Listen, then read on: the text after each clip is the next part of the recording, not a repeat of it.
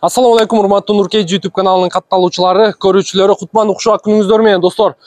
Бүгүн 27-4-ай 2022 жыл, Москва убактысы боюнча саат 6 болду. Урматтуу көрүүчүлөр, кезектеги Hyundai Porter автоунаасы сатыкка коюлуп атат достор. Односкат, жылы 2008, 2.5 турбо дизель достор. Автомат коробка дейин десем, механический экен.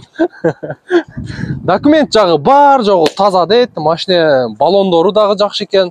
Болгону алдыңкы баллон эле бир аз кетип калдыр. Сиздерге Портердин эмнеси боюнча тартабыз? Портердин рамалары боюнча бир сыйра көрсөтүп беребиз. Рамасында чириги жокпу? В основном Портерде рамада так, рама жактары таза экен.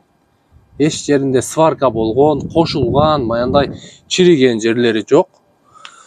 Так, өз ээсинин айтуу боюнча дагы машинени өзү дагы алганда өтө мындай карап алган экен. Айткандай эле, бирок рама жактары таза достор. Мынакей. По факту келип көрсөңүздөр дагы болот, өзүңүздөр көрүп атасыздарбы? Анан кузов жагында бир аз эмелери бар. Мындай бир аз урулган машина. Бир аз урулган. Жасалган эмес, эми бир аз кирип турат да. Анча недостаток жерлери бар, мындай ручкага окшогон жерлери.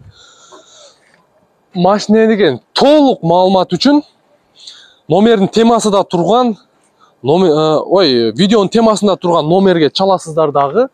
Ээсинен жакшылап маалыматты алып, по факту машинени келип көрүп, бааны кыла бересиздер достор. Баасыны канча деп атты? 450 жакшы торг болот экен достор. Өтө эле сонун торг болот деп атат. Реальный покупательдерге достор. Мына ушундай. Коштошобуз сиздер менен достор. Кийинки видеого чейин,